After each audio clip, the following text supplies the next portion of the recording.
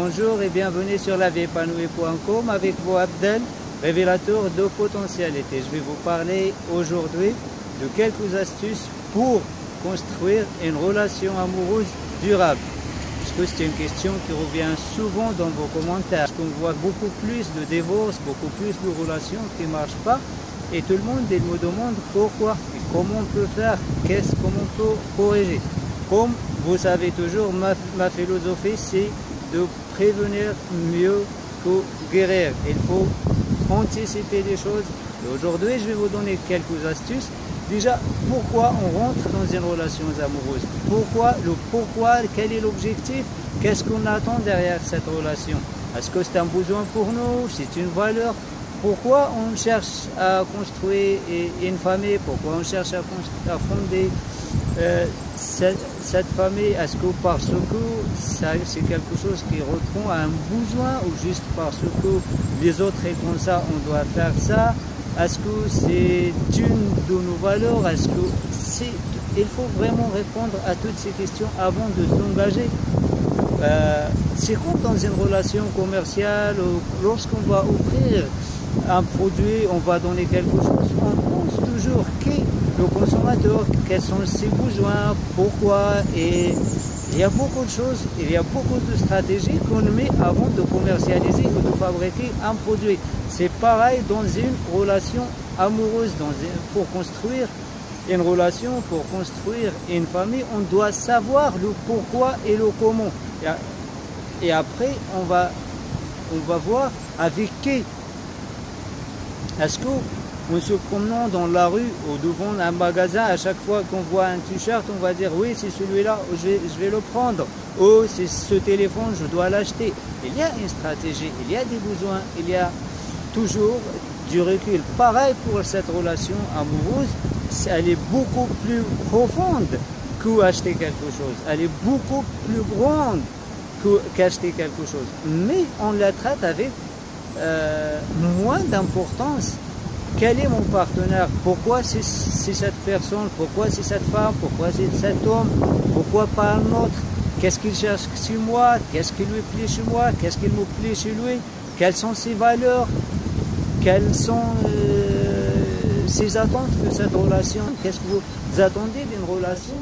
Et après, à partir de ce moment-là, on peut choisir. On ne choisit pas les relations comme on voit maintenant pour les beaux yeux de quelqu'un. Oui, il m'a plu, il m'a fait un sourire, elle m'a fait un sourire, oui, je m'engage.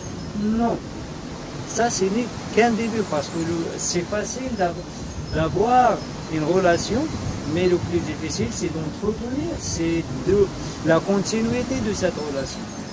Avant tout engagement, il faut poser ces questions. En premier. En deuxième lieu, il faut penser à une chose, que cette personne, votre partenaire, votre conjoint, votre conjointe, elle a un passé, elle a une culture, elle a un vécu, elle a une éducation qui est différente de la tienne sûrement, de la vôtre, de la mienne. Il faut prendre ça en compte.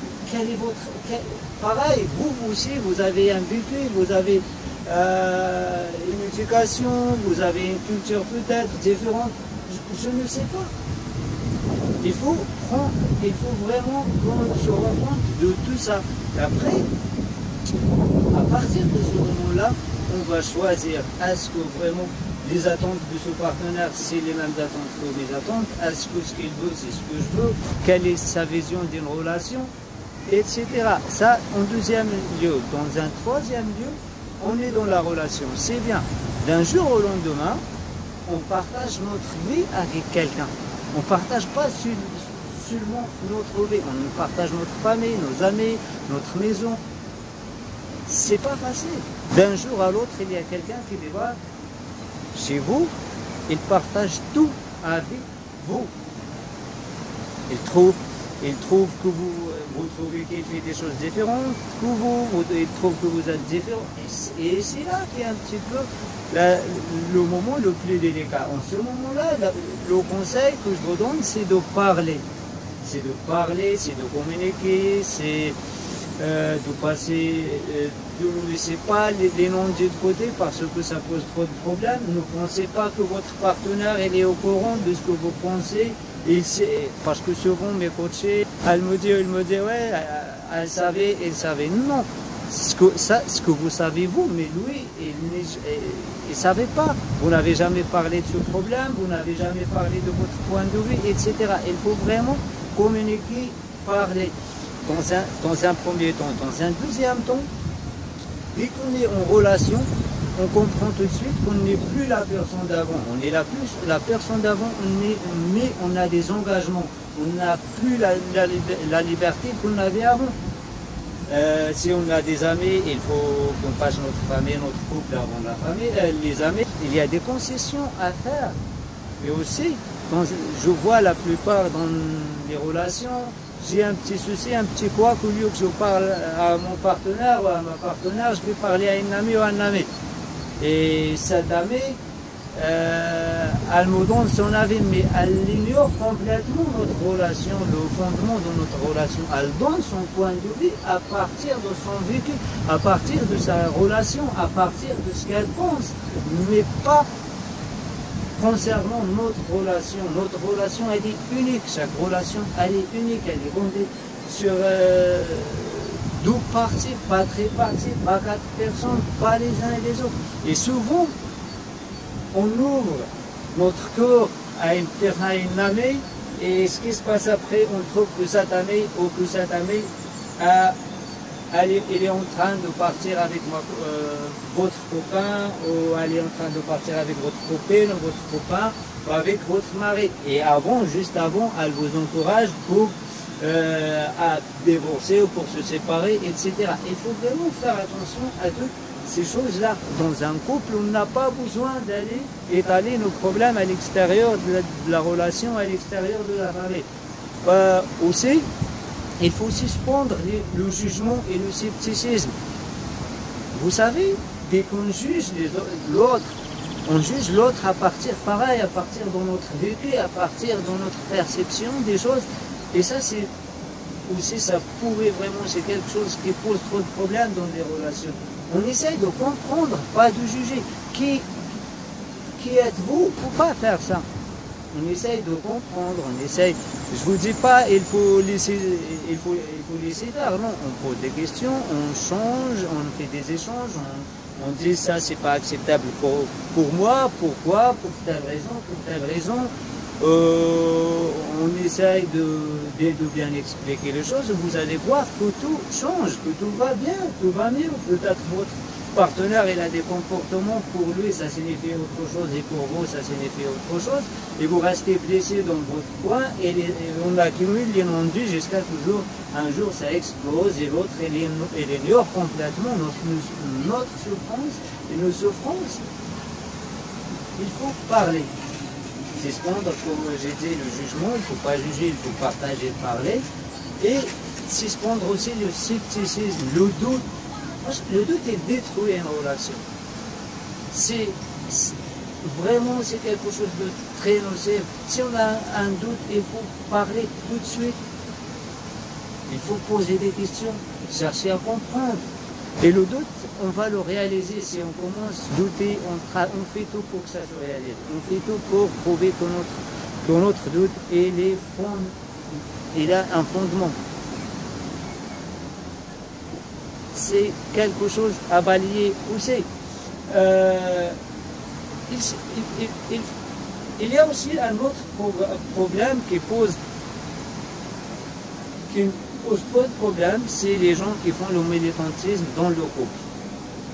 Voilà, on parle de la supériorité, c'est qui le plus intelligent, le moins intelligent, les hommes, les femmes. Et ça, c'est très nocif dans un couple. C'est comme dans un partenariat, c'est comme dans une équipe. Imaginez que vous êtes dans une équipe, dans cette équipe, vous êtes puissant dans, je ne sais pas, dans les mathématiques, et dans l'équipe, il y a un autre qui est plus puissant, qui est plus fort que vous dans la littérature. Donc lui, il vous rapporte ce qu'il a, il fait la littérature beaucoup plus que vous, et vous valorisez beaucoup plus les mathématiques, et vous serez complémentaires. Il y a beaucoup plus d'équité.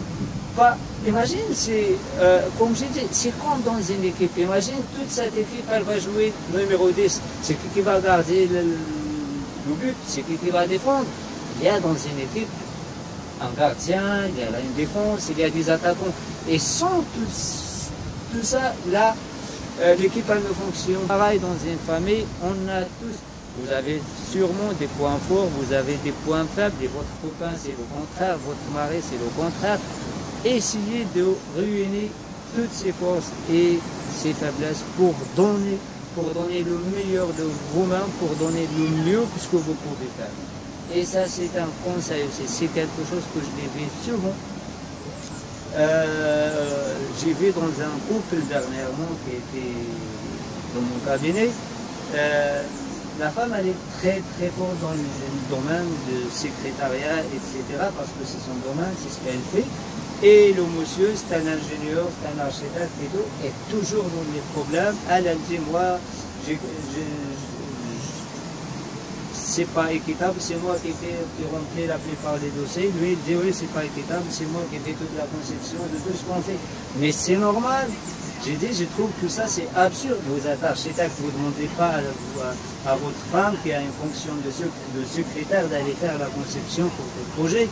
C'est absurde. Et pareil, de sa part, elle ne peut pas vous demander d'aller vous rédiger les demandes, je ne sais pas, remplir des dossiers. C'est absurde, vous ne pouvez pas le faire quand même, vous pouvez lui donner un coup de main, vous pouvez lui partager des choses et elle peut partager des choses avec toi. Mais dans des choses techniques, c'est vous et c'est ça l'équité. Chacun, il exploite le bien qu'il a, sa puissance, parce qu'on est un couple, on va faire quelque chose. C'est vrai, on est indépendant. Aussi, je vous invite à respecter les uns les autres. Vous demandez le respect pour vous-même, demandez le même respect pour votre partenaire. C'est quelque chose qui est nécessaire. Posez et vous mettez les choses pas à pas. Et vous allez voir que toutes les choses passent à la trappe. Tout ce que vous n'aimez pas passe à la trappe. Mettez aussi, vivez vos rêves. Quels sont vos rêves des premiers jours? Essayez d'avoir des objectifs, un planning. Comment on réalise les choses, les sorties, on favorise, voilà, aussi, on n'est plus célibataire, on ne va pas dire oui, sa relation, ça m'occupe des amis, des sorties, on essaye de s'adapter, on essaye de comprendre qu'il y a quelque chose qui est changé, qu'on est dans un partenariat. C'est comme celui qui se réveille le matin, il va dans son entreprise, c'est sa boîte à lui, c'est lui qui l'a construit, c'est son argent, mais il arrive dans sa boîte et trouve des gens chez lui, trouve des employés, des secrétaires, des chefs de service, et toi s'adapter, on ne va pas lui dire, écoutez, ouais, c'est ma boîte, non, ça ne marchera jamais comme ça. Et vous savez très bien, pareil dans un couple. Pareil dans un couple, chacun son rôle, chacun ce qu'il sait faire, chacun rapporte ça, chacun rajoute son grain de sel à cet édifice qui est le couple, qui est la famille, etc. Après aussi, il faut répartir les tâches. Qu'est-ce que je veux dire répartir les tâches? Il faut qu'on partage, il faut qu'on s'implique dans la maison, si vous avez des enfants, dans les enfants. Voilà, chacun aussi sa passion, chacun ce qu'il peut faire. Les tâches de la maison, essayez de les faire ensemble, essayez d'initier l'autre à faire quelque chose avec vous. Si vous êtes fort en cuisine, essayez d'initier votre partenaire aussi à faire la cuisine avec vous. Expliquez-lui votre patience, pourquoi, qu'est-ce que ça représente la cuisine pour vous, etc. Pareil dans d'autres. Et vous allez voir que toutes les tâches de la maison, toutes les tâches que vous êtes en train de faire, ça devient des moments de joie et de plaisir et de partage. On n'a pas besoin de faire de créer de chaque